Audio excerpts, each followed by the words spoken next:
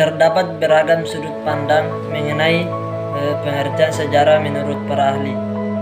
Akan tetapi, pada dasarnya sejarah dapat diartikan sebagai peristiwa-peristiwa yang terjadi pada masa lampau. Sejarah berasal dari kata bahasa Arab, yakni syajaratun, yang artinya pohon. Dengan demikian, menurut katanya, sejarah itu juga bisa diartikan sebagai akar, keturunan, asal-usul, riwayat, dan silsilah. Sedangkan secara istilah, sejarah menurut para ahli seperti yang didefinisikan oleh Ibnu Khaldun. Ibnu Khaldun pada tahun 1332 sampai 1406, Ibnu Khaldun menjelaskan pengertian sejarah dalam bukunya yang berjudul Muqaddimah. Menurut dia, sejarah adalah catatan tentang masyarakat, umat manusia atau peradaban dunia, tentang perubahan yang terjadi pada watak masyarakat. Kondisi sosial dan politik bangsa Arab sebelum Islam yang sering disebut dengan masa jahiliyah ditandai oleh beberapa ciri, yaitu sebagai berikut. Yang pertama itu kondisi sosial. Ada yang dibilang ketidaksetaraan gender, kaum wanita dianggap rendah dan sering tidak memiliki hak. Tradisi seperti mengubur bayi perempuan hidup-hidup atau Wat'ab al-Banat menjadi simbol penindasan terhadap kaum perempuan. Kemudian ada yang dibilang masyarakat kelas. Ada ketimpangan sosial di mana pemimpin suku dan kaum kaya memiliki kekuasaan besar, sedangkan budak dan orang miskin diperlakukan tanpa hak.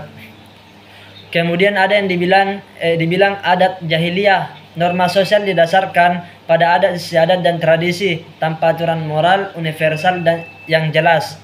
Kebiasaan buruk seperti minum minuman keras, berjudi, merampok, kafilah dagang dianggap hal biasa.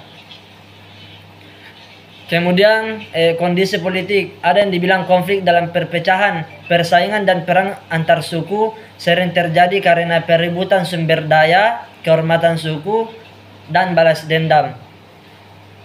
Kemudian keterlibatan dalam perdagangan. Kota-kota seperti Mekah dan Madinah menjadi pusat perdagangan regional dengan peran penting bagi suku Quraisy dalam mengelola jalur dagang. Kondisi sosial dan politik bangsa Arab sebelum Islam ditandai oleh kehancuran dan kekacauan, ketidakadilan sosial, dan konflik antar suku. Datangnya Islam melalui Nabi Muhammad SAW mengubah situasi ini dengan memperkenalkan ajaran yang membawa persatuan dan keadilan dan nilai-nilai moral universal. Pada masa Khalifah Umar bin Khattab, umat Islam telah mencapai berbagai kemajuan yang signifikan di bidang politik, sosial, ekonomi, dan administrasi. Berikut ini adalah beberapa kemajuan utama yang dicapai oleh Khalifah Umar bin Khattab. Yang pertama itu ekspansi wilayah Islam. Umar bin Khattab berhasil memperluas wilayah kekuasaan Islam secara signifikan. Kemudian Kekaisaran Bizantium. Umat Islam menguasai wilayah Syam, Palestina, dan Mesir, termasuk kota-kota penting seperti Yerusalem dan Alexandria. Dengan ekspansi ini, umat Islam menjadi kekuatan politik besar di kawasan Timur Tengah. Kemudian yang kedua, pembentukan sistem. Administrasi pemerintahan, pembagian wilayah kekuasaan Islam dibagi menjadi beberapa provinsi dengan gubernur yang bertanggung jawab langsung kepada khalifah. Kemudian lembaga diwan.